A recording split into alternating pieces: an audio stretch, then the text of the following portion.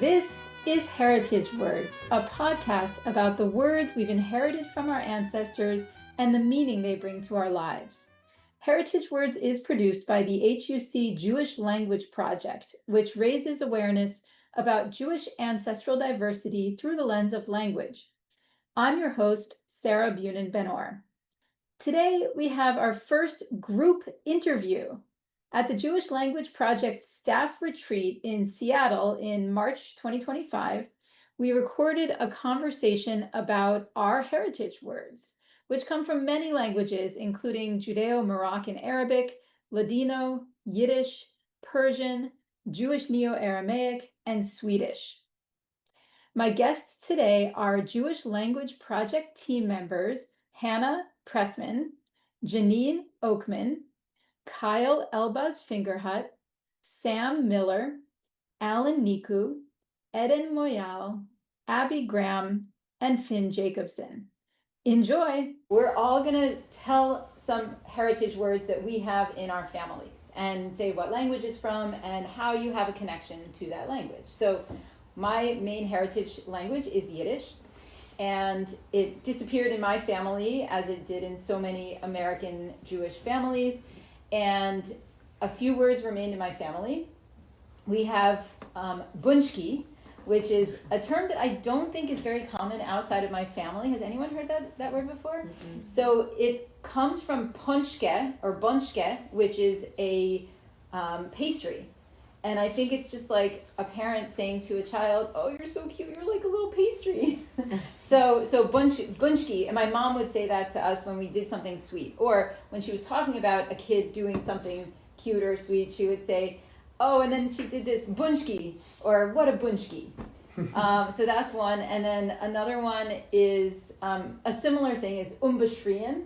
I guess we were very cute because my mom was always talking about how cute we were. And so umbashrian, it literally means don't yell. And it's like don't yell because you don't want to tempt the evil eye. You don't want to attract unwanted attention. And so it was a similar thing. If we did something cute, she would say umbashrian. So those were two of the heritage words that I think about a lot in my family. What about you, Hannah? Like Sarah, I grew up mainly with Yiddish as heritage words in my own family, but as a heritage learner of Ladino, I've been integrating in my own family Ladino words, and so I hope that's okay as an example. Yeah. That one phrase that my kids have really embraced is the expression that one does after a sneeze, and it's a tripartite blessing. So like, in many languages, there's a way to say, God bless you, or Gesundheit, Labriut in Hebrew. In Ladino, people will say vivas after the first sneeze, crescas after the second sneeze, and then enflorescas. And then there's a final concluding sentence, como un pechico en aguas frescas. So it's may you live, grow, and thrive like a little fish in fresh water, which is so, I think that because it involves an animal and stuff, that's why it appeals to the kids. And also it's just fun when someone does one sneeze, like vivas, and they're waiting. There's a second sneeze, which often there is, then they say the next word and the next word. And in fact, the way that I know that this transmission has actually been effective is my son shared the vivas formulation to his 6th grade class when they were asked about family cultures and heritage. So I feel like I scored a small victory for my own Ladino learning journey and teaching it to my kids. Well, that's a really interesting example because it skipped a generation or two. So Correct. Would you say your grandparents would have used that phrase? Possibly my maternal grandmother might have used that phrase, but she did not speak a lot of Ladino with my mom. Mm-hmm. It was mainly spoken between the 2 generations before, and so that the kids wouldn't understand. Mm-hmm. So maybe she heard that phrase from her parents. Yes. And then, so this is a great example of the 3rd generation return, where the grandchildren seek to learn what the parents sought to forget. And so that is kind of what happened in your family a little bit, but it's also a sign that language revitalization can be successful when it comes to heritage words. Absolutely. I think it's just a matter of finding finding ones that feel organic and are fun to teach, especially to younger folks. Yeah, and that you can say many times. I mean, a lot of people sneeze. Yeah, absolutely. I'm Janine, and my heritage language is Yiddish, and like so many of us, it was the secret language that my grandparents used to talk about things that they didn't want my parents' generation to know about. My parents know a bunch of words because of that, but do not speak it fluently. And, you know, there were the usual words that everybody knows. Actually, it was interesting. Pishar, that was Yiddish. Like you have to go pishy, but I guess it's also Ladino. But my grandmother used this word that I hadn't really heard a lot of people use, and it was also a term of endearment, like Sarah's. It was she would call us my shefala, which means my little lamb. And anytime we would do something really adorable, or like a baby sleeping, she would like, oh, my shefala. And she died right before my oldest kid was born. So she died it was just her 17th yahrzeit. My daughter's 17. And I just can imagine her, you know, putting her hands on my children when they were babies and saying, oh, my shefala. But you're making me realize I haven't passed that on. Like, I don't use that ever. But maybe I should. Maybe when you become a grandmother. Maybe. That's a very grandmotherly thing to say. Now we move on to Thailand. So my heritage languages would be Yiddish and Judeo-Arabic and French. And the word that I chose for today is Mdurayana Hadiksifayana, which is from Judeo-Arabic, and something that my grandma says a lot when she's talking to me and my siblings. And it means turn I will for that face. So referencing a kapara for Yom Kippur, that you would be sacrificed for who you're saying it to. Where was your grandmother from? Morocco. And where in Morocco? Casablanca and Marrakesh. So did you grow up visiting her there, or had she moved somewhere No, else? she already moved to the U.S. My mom was born in Morocco, but they moved to the U.S. in the 70s. And they mainly speak French, so it's interesting that there are some Judeo-Arabic words, but that's not really their main language, even for my grandmother who grew up there. So do you use that phrase yourself? No, I mean, I would like to work those phrases in more, but I don't really feel there are any contexts yet where I would feel comfortable using it, I think. But maybe one day. Based on what you said, it reminded me of something that I heard my grandmother say a lot of the time. My grandmother is a native speaker of Lishandiden, Jewish Neo-Aramaic, and she would always go, when we were little kids, she'd always go Qorbanoch or Qorbanach for a girl, and I should, and it's a short for like Qorbanoch Chadrin, I should become your sacrifice. And this is like the way you express endearment. There's no like verb to love, but this is like how they express it. And this is like every second she would say, like, you know, Qorbanoch, you do something cute, Qorbanoch. You know, you do something, you get her a glass of water, Qorbanoch, anything. It's like kapara in my we could say kapara as well. Mm-hmm. Did you also have that in your family, kapara? No. Just from the lexicon, I know there's a lot of similar terms of endearment with kapara and such. Yeah. Did anybody have the word kapara in their family besides Sam? Anyone? So we do have Qorbun in Farsi. Qorbunet berem is like, may I be sacrificed for you. And we also have kaparat beshem, which is the same thing, may I be sacrificed for you. We also don't have really words for I love you the way that we do in English. So there are many very dramatic ways of saying I love you. Most of them involve death. Hi, I'm Eden. My family's heritage languages are Hebrew, mostly, as well as Judeo-Arabic, Moroccan Judeo-Arabic, and a little bit of German and Hungarian. The word that I've chosen today, or the phrase that I've chosen today, is Dil Balak, which I think is actually Arabic, but I've heard it mostly in the context of like my parents and the Judeo-Arabic kind of heritage that they came from. So it means like you beware, or like think about what you're doing, and usually it would be like Dil Balak, you take a bite of that salad before everyone else gets here, or like Dil Balak, you crash the car, you take it without permission, whatever it is. So it was always kind of you better watch out, you better be careful what you're doing.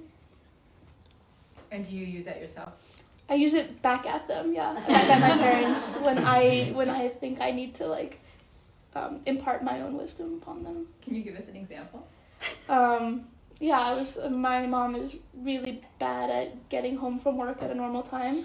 So I'll often say to her like "Dilba," like you come home after 8 or something like that.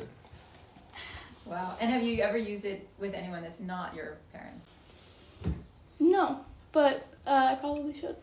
Yeah, I think that's a good one to mix in with friends. So. My word is also from Yiddish, which at my grandparents' generation there was a little bit of, but mostly it's the great-grandparents. And it's Kanahara, which is Kain, Ayin, Hara. It's a mix of Germanic Yiddish, Kain, not, and Ayin, Hara, evil eye.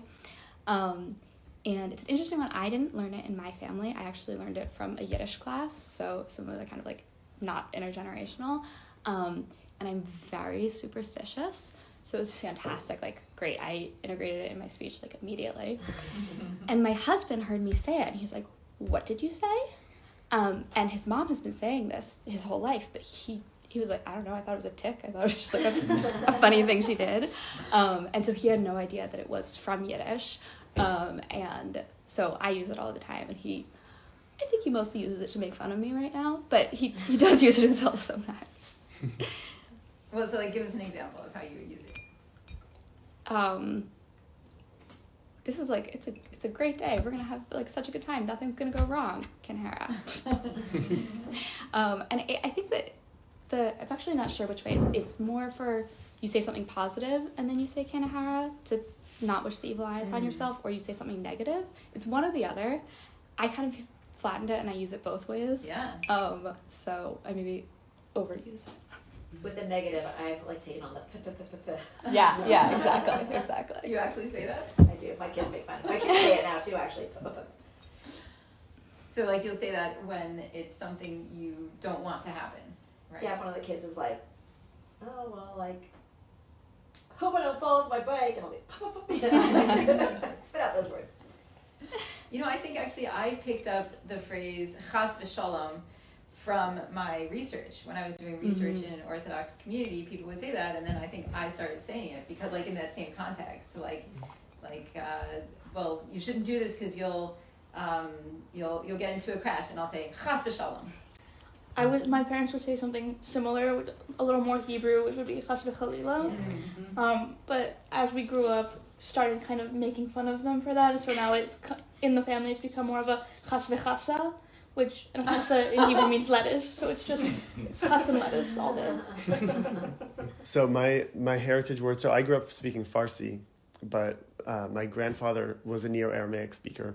So there's only one word that my father really learned from Neo-Aramaic, and funny enough, it's the word for an ear, which is nahala. And I think that it's probably because his dad would tell him, like, listen to me, because you can use that word to mean, like, listen up. So I think that it's probably from just my dad being told to, like, listen here. And then that word was taught to me, and then I ended up actually learning the language as a whole, which is really cool, because now I can actually speak it. But that word for an ear is very important to me still. And once you learned the language, you didn't find other words that have come down to your family? Not really, no.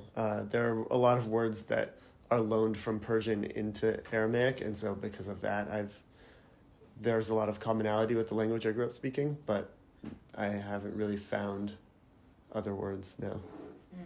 And so your parents spoke Farsi to you in the home? Yeah. And there are words that I've noticed that might come from other Jewish Iranian languages like Judeo-Asfahani or Yazdi or Kashani that have kind of made it into our dialect, but nothing really from the Neo-Aramaic. Yeah. So you think those words that came to your own family's Farsi are also part of other Tehrani families? Yeah, a lot of them are.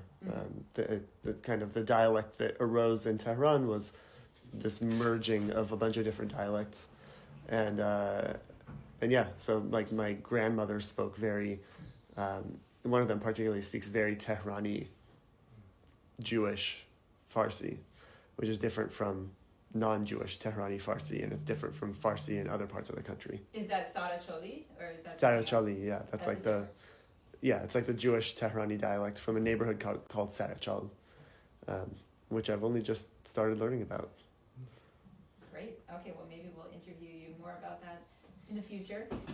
So hi. So my mother is from Urmia, Iran. She's a native speaker of Lishandiden, Jewish Neo-Aramaic, and the word that I hear, have a heritage word from her most often is a pretty commonplace word. It's allo, which is hello, and there's a specific phrase that I always think about, which is allo mavadet. It's like hello, what are you doing? It's actually pretty rude. And no one else in my family says it because it's rude. They'll always say like "Alo majuri," that like "Hello, how are you?" or like "How are you doing?" But to just be like, "Hey," it's like, "Hey, what are you doing?" You can say "Merhaba," what's up, but no one really says, "What are you doing?" It's kind of rude. But my mother always says it whenever she picks up the phone. "Alo mavadet, alo mavadet," and it's actually something. She says it so much. Even my Ashkenazi dad has picked it up and says it all the time, and. I think that's the word that is like stuck with me the most, allo, especially because it's a word that exists in a lot of languages. It's not really a word that most people think of as like a word. It's just like hello. It's like just a thing you say, but that like specifically with the intonation is something that it always brings me like happy memories. So do you use it yourself? Yeah, I use it all the time. With? Allo. Anytime. If I'm picking up the phone and I'm not thinking, I'll just go allo, because I'm not thinking, even if people aren't expecting it or they would expect something else. But in the same way, you might say like, yeah, hello in English. Do you say the "what are you doing" part? Not as much. I think I'm not a person that, I don't want people to think that I'm rude, so I get a little anxiety. But yeah. Well, to my mother, I will, because I match her energy. Well, as we know, language changes meaning when it goes from one person to another, and so maybe as it transferred from your mom to you, it became less rude. Yeah. It's more like, "What's up?" Yeah. Maybe. My name is Finn. My family's heritage language, at least on one side, is Swedish. My grandfather was non-Jewish, born in a little village in Finland, and a native speaker of Finnish Swedish. The heritage word that I instantly think of is tukki, which tukki means, it's somewhat of an archaic word in modern Swedish, but it means something along the lines of crazy, wild. I most often heard him say this when he called me by the nickname that he almost exclusively referred to me directly as, which was Tukkipoike, crazy boy, wild boy. But he also, like, if he was frustrated with something, it was not uncommon to hear, insert whatever English expletive, Swedish expletive you want, behind that word, just tukki, tukki. I do use this a lot on my own, mostly under my breath to myself. I just, if something's crazy, if I'm not vibing with something, that's the first word to come out of my mouth usually. And when you say that under your breath or in your mind, do you think of your grandfather? All the time. You said it earlier perfectly. My relationship with Swedish is I am the grandchild that tried very hard to learn what my father tried to forget. My dad grew up at a time where everybody's parents were immigrants. Everybody's parents spoke a different language at home, and that was not cool. So I had a very, very profound relationship with my grandfather because I displayed an interest in learning his language. And I like to think that, he's gone now, but our heritage language is alive because, and something that I hope to pass on to my children because it's an important part of our history.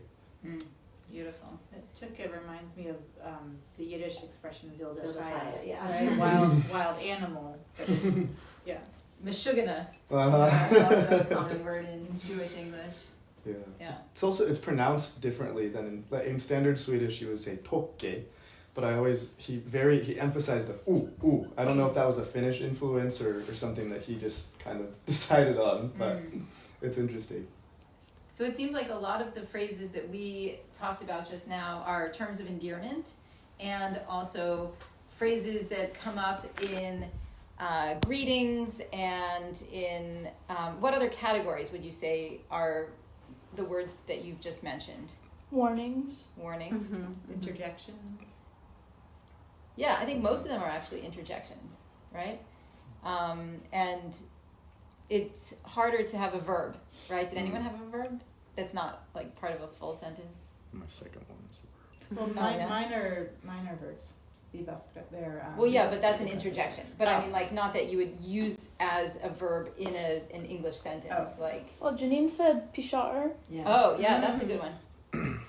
So yeah, how many of you Actually, had? well, this is not my heritage here, but like another heritage word is my grandfather to talk about it, schwatzir. Yeah. Like to like go around, like like let's go schwatzir and like let's just drive around to like see what's what. I forgot about that. I was like, do I know any verbs? But I know that one. Yeah, we sometimes use that too, I think.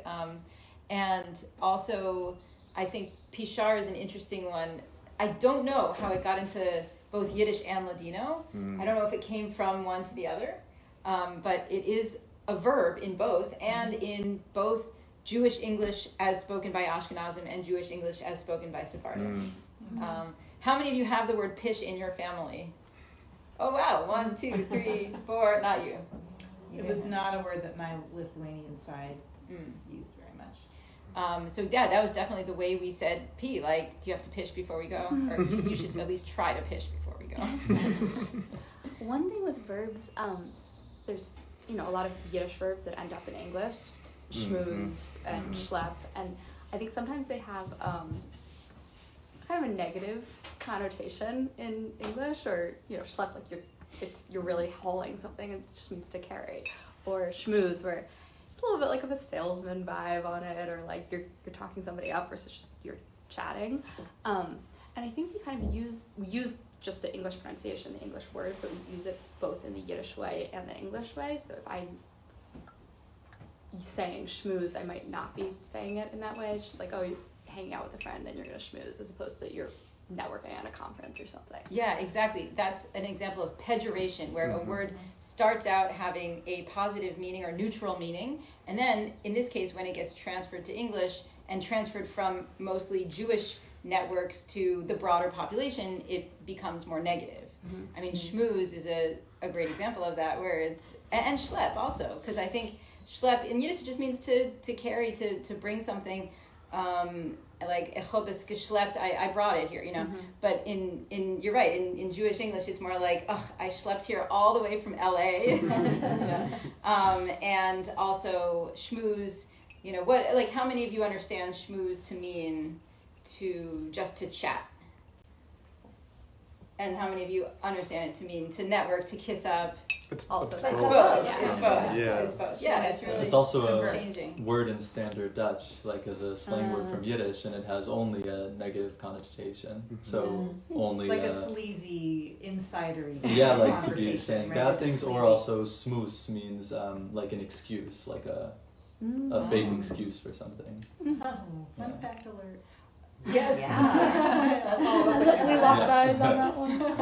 I've always, with schmooze, it's like, I feel like it's almost, for me, it's not negative, but it's sort of this neutral idea of, it has intention behind it. If you're schmoozing, there's a goal at There's the an end of agenda. that. That's It's not necessarily a yeah. negative one. It's not Yeah. crafty to me, but it's like, it's also not just having a conversation either. It's like, it's a conversation that will somehow better relations for a certain purpose. Yeah, in for my me, it mind. doesn't always have that connotation. I mean, I do use it that way, like, like, okay, now I'm going to this conference, okay, now I have to schmooze for a little bit. Yeah. But I also use it like, oh yeah, we were just in the restaurant schmoozing for 3 hours, Right. And so I think it can be both. And it's definitely a word my kids, they know what it means. They're like, Ima, and this is Jewish English, Ima, stop schmoozing at the kiddush, right? Yeah. They see me when I'm like going from group to group, like trying to make sure I say hi to all the people. We're never I'm gonna saying, get out of Doing here. the We're never rounds. gonna get out of here Ima again. schmoozing at kiddush. Yeah. Hannah, do you ever find your kids using kind of Ladino influence stuff and Yiddish influence in the same context? Like, if you're in a religious space or just a Jewish kind of thing, is there mixing of it in just their English? That's a great question. I mean, they definitely, I'm trying to raise them with having a loving relationship towards all of our languages. Mm-hmm. So, I mean, because I studied Hebrew, I have a lot of, Hebrew songs and words that I try to integrate, and Yiddish and Ladino, I try to create contexts where they can learn words, but I think they know that we're like a language family, mm-hmm. right? Mm-hmm. And so it's something that I think they take pride in it. Both my boys are studying Spanish, modern Spanish in mm-hmm. school, and so we have a lot of conversations about, because I'm learning Ladino really is the purest way I can learn Ladino, so I'm trying to, the zhs and all of these pronunciation specifics that are very different from modern Spanish, mm-hmm. with the h's. And so my son and I just correct each other, which is just part of it that he's 16 and thinks he's right and I'm wrong, but it's instructive, and I'm like, so it's we have a lot of conversations about language, and even my daughter, who's 7, she has an awareness that might be unusual for a 7-year-old. One night she said to me, I think Yiddish is Hebrew's younger brother. Where did that come from? She was just sort of, I feel like I'm doing something right, because she's thinking about the relationship between languages, because she's hearing us use these different languages, like even their names are Hebrew and we're Ima and Abba. So just that she was like thinking a lot about how Hebrew and Yiddish related to each other, and I was really touched. Well, Hannah, you just brought up kinship terms, and I want to talk about that a little bit. So I grew up calling my grandparents, on one side, Grandma and Grandpa, and on the other side, Imi and Sabi. And Imi is Ima, but, a kid's version of that, and Sabi is Saba, so mother and grandfather, but it's, the same generation. But my children call my parents and my in-laws Grandma and Grandpa. East Coast Grandma and Grandpa and West Coast Grandma and Grandpa. But I'm wondering what other people use as your kinship terms. Does anyone have kinship terms from another language? And I should say that the reason I call my grandparents by Hebrew words is because they lived in Israel for a while, and my grandfather lived in Israel for the rest of his life. They got separated, they divorced, but my grandmother, who lived in the U.S., I also still called her Imi. Until the day my grandfather died, I called him Farfar, which is just Swedish for grandpa. Father's father, Farfar. I was going to say that this is actually something that I've struggled with a lot, because growing up, my best friend is Pakistani, and he always used Pakistani terms of kinship, and I didn't with my family. I used English for my grandmother. We said grandma, and I never really understood why. And when I'm speaking, it would be so pervasive that, like, even when we would speak in a different language, we would still use the English kinship terms. I think of, with my grandmother and my sister, they used to go back and forth a lot. In Farsi, there's khushgel, it's like beautiful, and they would go back and forth. And my grandmother would go to my sister and go, her name is Sarah, and she'd go, Sarah khushgele. And then my sister would say back to her, Grandma khushgele. And then we'd go back and forth, Sarah khushgele, Grandma khushgele, like back and forth maybe 20 times.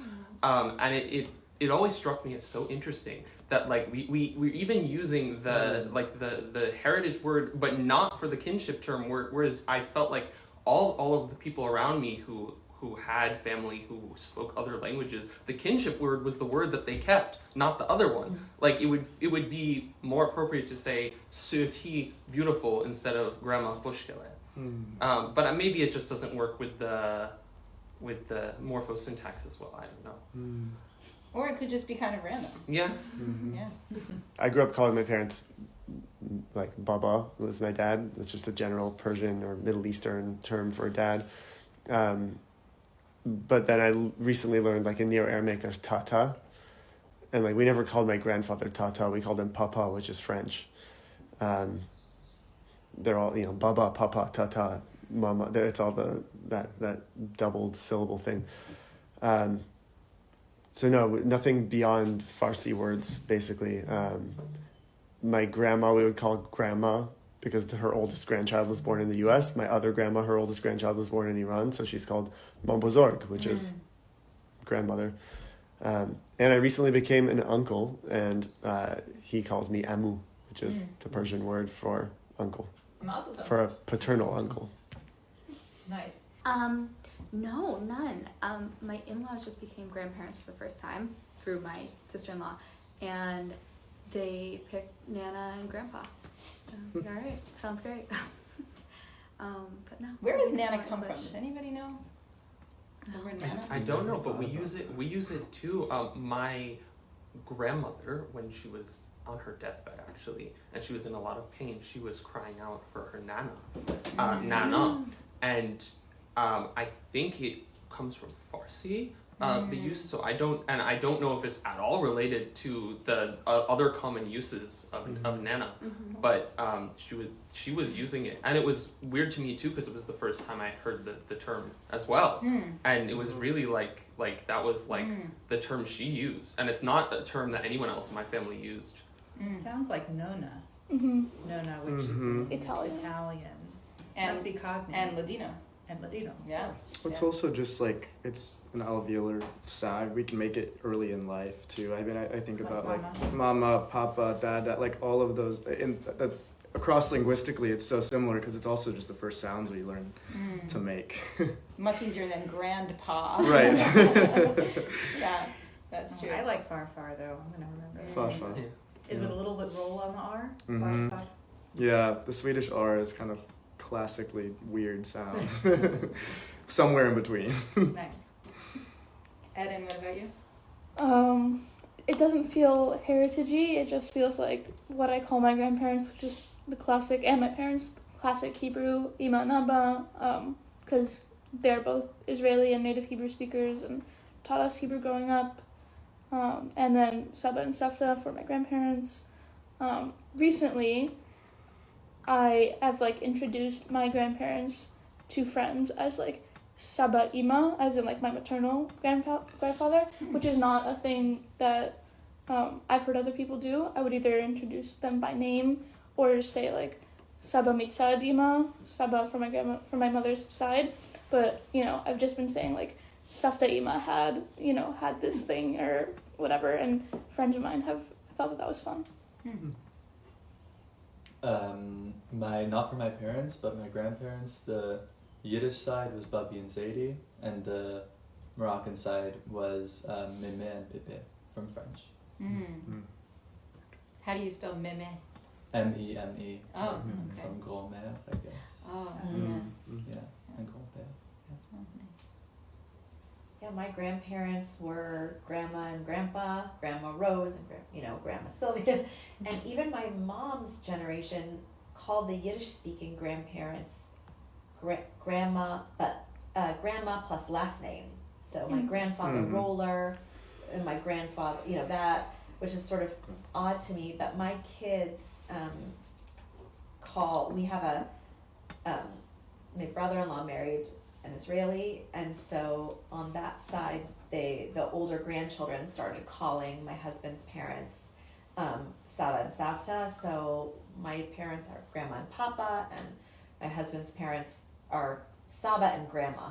I don't know why she got Grandma, but they're because of the sort of Israeli influence on that side of the family. Completely assimilated granny and grandpa on all sides from my grandparents. But like I said, we're Ima and Abba here in my nuclear family.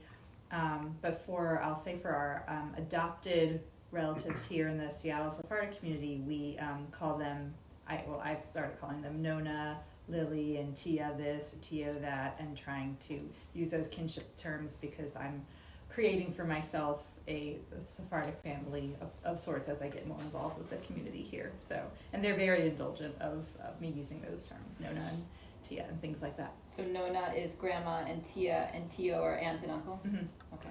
It's interesting that no one said Bubby or Zadie. No, he did. yeah, my Oh, you grandparents, did? yeah. Okay, alright, sorry. I just thought that I had come from a very Hebraiist Saba and Safta family, and to hear Yiddish in a context I'd never heard it before felt very odd to me, and I was like, you still do that? Isn't that very 20s or whatever? But no, it's very common apparently. Yeah, it's very common among American Ashkenazi Jews. Yeah. And you know, one other weird thing is that my children call us mom and dad usually, but then sometimes, especially when we're in a context with people who aren't Jewish and they want to sort of, at least the youngest one I think, wants to sort of have an insider conversation, they'll say Ima and Abba. And, you know, isn't that weird? I think that's kind of weird. Also, I just wanted to point out we have some Hebrew words that have become heritage words in our family, and I think it's probably from summer camp, from my husband's going to a Jewish summer camp. So the influence of Camp Hebraized English on American Jewish language more broadly. So we say, well, he will sometimes say, you have to be a dugma for your younger sibling or something like that. And then also, let's do a sivuv. Like if we're leaving a hotel room or something, let's do one. Yeah, like that. Yeah, let's do one last sivuv. It means like go around the room and make sure you didn't leave any socks, you know. Does anyone else have any Hebrew heritage words like that? My husband, who studied Hebrew in college, definitely brings in words like, you know, sheket, which is a camp word as well, but that's often a necessary one with kids. And Embrera is another one. A phrase meaning, it's a very Israeli, like, Embrera, I'm gonna, like, there's no alternative. Like, kids are, like, kvetching about something, Yiddish word. He'll say Embrera, like, just, you gotta put up with it, and we don't have no choice, you know? Well, thank you, Jewish Language Project staff, for this wonderful conversation, and I hope you enjoyed the episode.